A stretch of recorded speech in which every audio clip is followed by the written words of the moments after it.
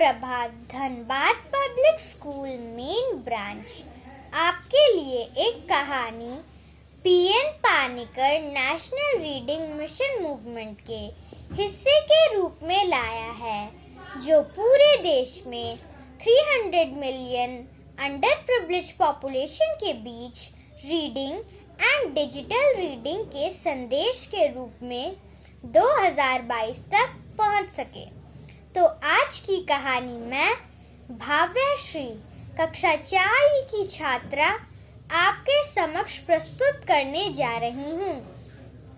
एक बार की बात है, एक राजा था। उसका एक बड़ा सा राज्य था। एक दिन उसे देश घूमने का विचार आया और उसने देश भ्रमण की योजना बनाई और घूमने निकल पड़ा। जब वह यात्रा से लौटकर वापस अपने महल आया, उसने अपने मंत्रियों से पैरों में दर्द होने की शिकायत की। राजा का कहना था कि मार्ग में जो कंकड़ पत्थर थे वे मेरे पैरों में चुभ गए और इसके लिए कुछ इंतजाम करना चाहिए।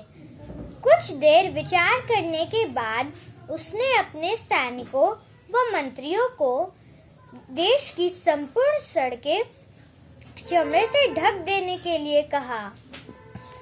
राजा का ऐसा आदेश सुनकर सब सकते में आ गए, पर फिर भी किसी ने कुछ नहीं कहा। यह तो निश्चित ही था कि इस काम के लिए बहुत सारे रुपयों की जरूरत थी, लेकिन फिर भी किसी ने कुछ नहीं कहा। कुछ देर बाद राजा के एक बुद्धिमान मंत्री ने एक युक्ति निकाली। उसने राजा के पास जाकर डरते हुए कहा कि मैं आपको एक सुझाव देना चाहता हूँ।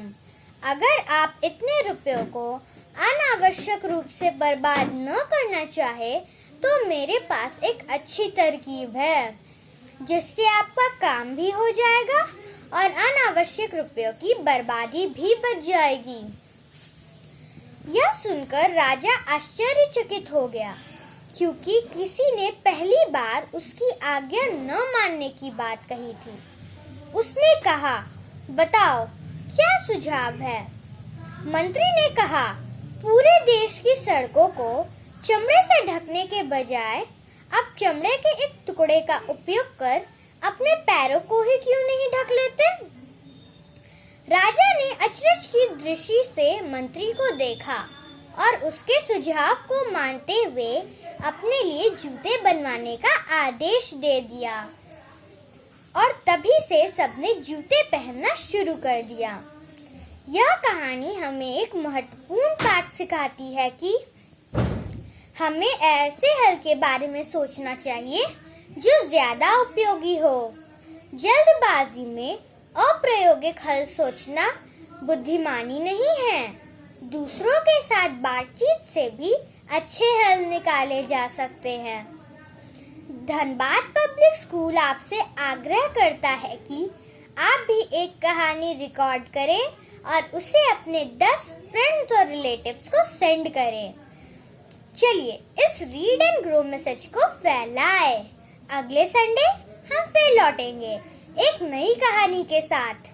तब तक read at home, grow at home. धन्यवाद।